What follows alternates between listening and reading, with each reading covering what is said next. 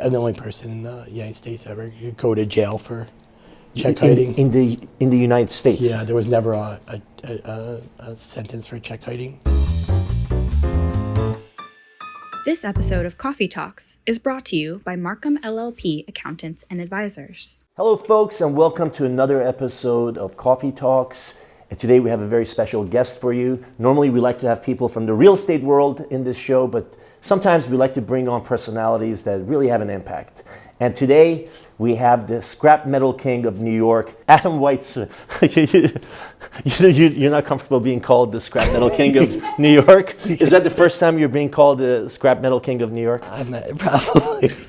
I first noticed you was when I saw a picture of you with Donald Trump in his airplane, or was it your airplane? It was mine at the time. It was your plane? Yeah. And I was like, who's this guy? I had never heard of him. I was like, let me find out who he is. And then I go onto your account and I see that at the time you had 10, 11 million followers. How did your Instagram account become such a massive, platform for you? I mean, I just use it it's just something I do for fun. As I said, I don't monetize it. It's just. But you have 20 million followers now. Yeah, but I'm like a kind of a strange guy in a way, and like a weird person. So I don't think people really get me so much. So I think people just follow it because I try to let people sort of come around with my life and just be a part of it. There's a great picture of you that I really like with Governor DeSantis in your house, and you're like in your pajamas or something, and he's in a full-on suit, and he's there talking to you in your apartment. I mean, you draw a lot of major characters to yourself. How do you do that? I mean, everything's about relationships. I mean, I didn't realize this when I was younger, but as I got older, everything is about just building relationships with people. And my one mantra is I never ask anybody for anything. I'm not really a political person. If you see, I never post on politics. People can guess, they might guess what I am, but I don't really ever talk politics. And usually, with Governor DeSantis, I don't really speak about politics. And I think they might find that a little more refreshing because they're probably getting asked the exact same questions every year. Like I didn't ask him, are you running for president? Right. But I mean, he came to your house, obviously. Yeah, but I didn't donate any money. If you look, really? If you do the research, I've never donated to his or Trump's campaign. He must have been very disappointed. I think, but also I think, he's going to need to pull New York if he ever does a presidential election. And I think I don't think they have a problem of raising money, but I think they, in New York, they just want to know people that, possibly could support them, not just financially, but, just by being pro them in the area. But I'm just never going to be I'm just not really into it. I was blown away by that, for the governor to show up to your house, and not get a, donation or contribution. He was nice just because we went to lunch. We had lunch at the house, and it was just good to meet. And I followed up. I speak to him, often, but we don't really speak about politics. Yeah. Because I don't agree with everything they do. I'm kind of in the middle, to be honest with you. Sure. And the Trump thing came about because my daughter, said something once about maybe anti-Trump. I said she's only 13 or 12 at that time, and I said, "Well, have you met the person?" And she said, "No." So part of her, she's homeschooled, so I tried to set it up that she could interview him.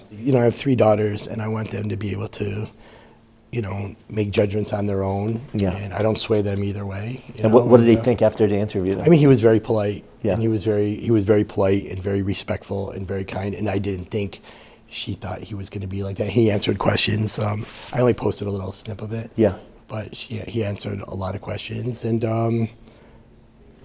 I just think it was good for her to make judgments. That I tell the kids, I have 2 daughters that are 5, twins, and one that's 13, and I want them to just be independent.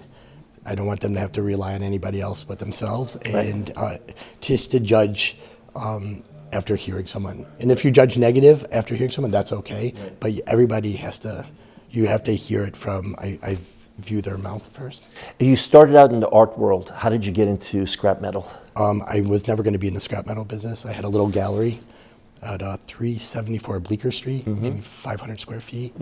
I had interns from NYU running it because I didn't make any money. It was just enough I had a walk-up studio on Bleecker Street, and it was just enough to pay the rent and everything, but that was my passion. Right. I'm a fine arts major. Right. And my sister passed away of cancer, unexpectedly, and she was like the nice one of she was like the nice one of us 2 kids.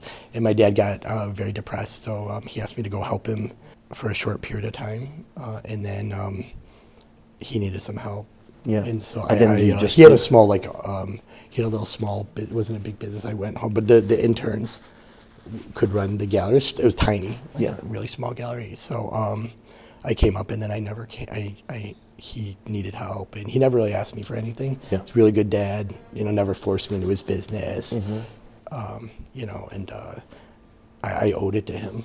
I owed it to him. So you left your dream of being a gallery owner. I kept the gallery going for a couple of years, but then the rents, then like Ralph Lauren and all then all the retail was coming down. There was, I can't remember who it was back in there. It was like Michael Kors, maybe.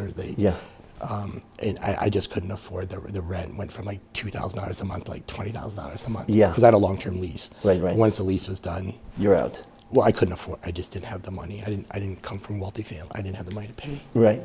And then what are the variables of the scrap metal business? Like, how does it work? Well, I didn't really know what I was doing when I went to help him. Again, I was a fine arts major, and then I had started my own business because I felt the bigger companies were pressuring him, pressuring my dad, and I felt they were going to push him out of business. Mm-hmm. So I borrowed a whole bunch of money. There was some New York State programs back then that New York State would guarantee your down payment. I think it was called the Excelsior program. It was way back in the day. Mm-hmm.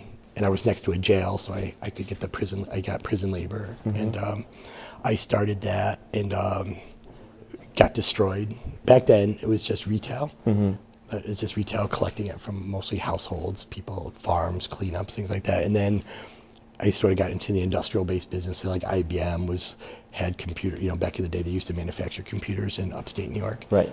So it'd be the ones, the scraps and the things that they didn't use, the overruns or outdated computers they were taking back from leases, things like that. So they went industrial, commercial, demolition from buildings, things like that. So it sort of morphed.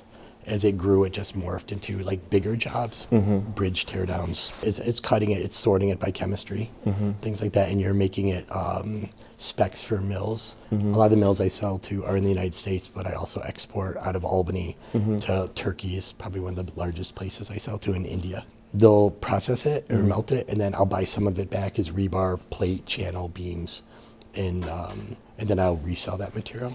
And over the years, you merged and acquired like 16 other scrap metal businesses? Some of them were greenfields that I built from the scratch, and some of them were acquisitions. It was like a little mixture, a little mixture of both.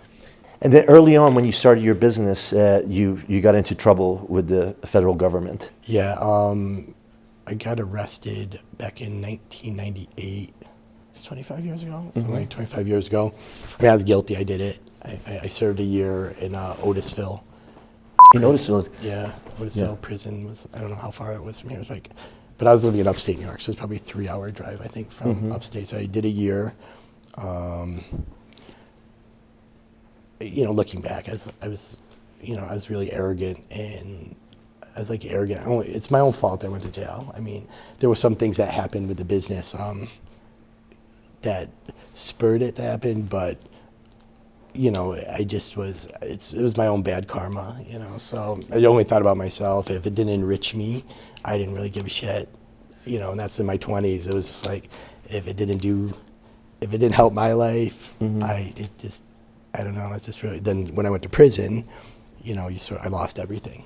Luckily, my business was so bad that the federal government didn't take my business, so, but I got a big fine. There's no restitution, thank God, because nobody lost any money. There was never neither bank. The banks actually went to. They testified for me. Says give me no time. Right. So, but basically, what happened was it's called, I guess, check kiting. It's like check kiting. So I used a float. Yeah. You can't do it today. So today that would be an impossible crime. Right. But back then there was like a 5-day window that it would clear. Yeah. Like say you were paying, one of your staff, they knew they're getting paid on Friday. Yeah. But they mailed their check on, they paid, their bill on Wednesday, their electric bill. Right. They knew it wasn't going to clear for 5 days. Like, okay, I get paid on Friday. That's basically what I did. I did it for like 6 months.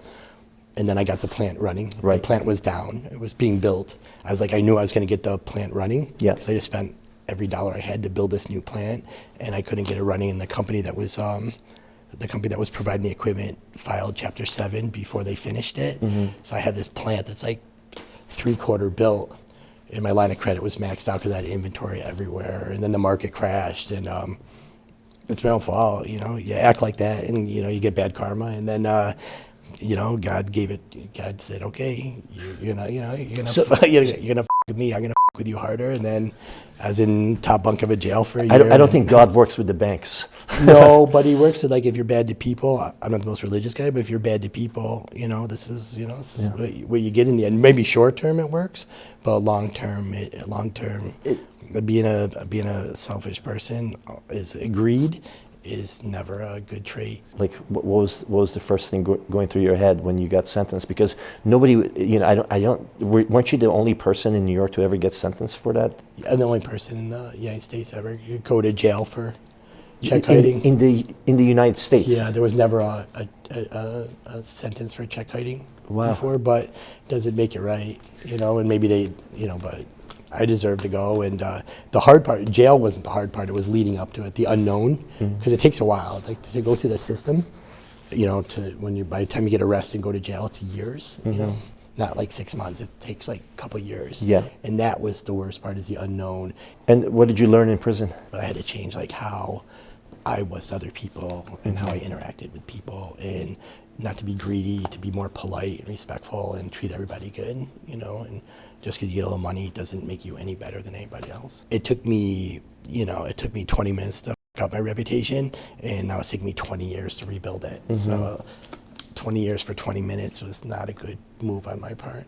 Adam, thank you so much for being a part of this. Thanks for having me. I appreciate you stopping by on the way. Yeah, I mean, I tell you, the real deal, like, the magazine is part of my, like, I'm a very routine guy. Yeah. And I read it like every single day, so it's part of my routine, because I don't like to do these things at all. I've been reading your stuff for so long. Oh, I appreciate that so much. That's why I came. I really appreciate that. Cheers to you, man. Thank you so much. Nice to see you. Thanks.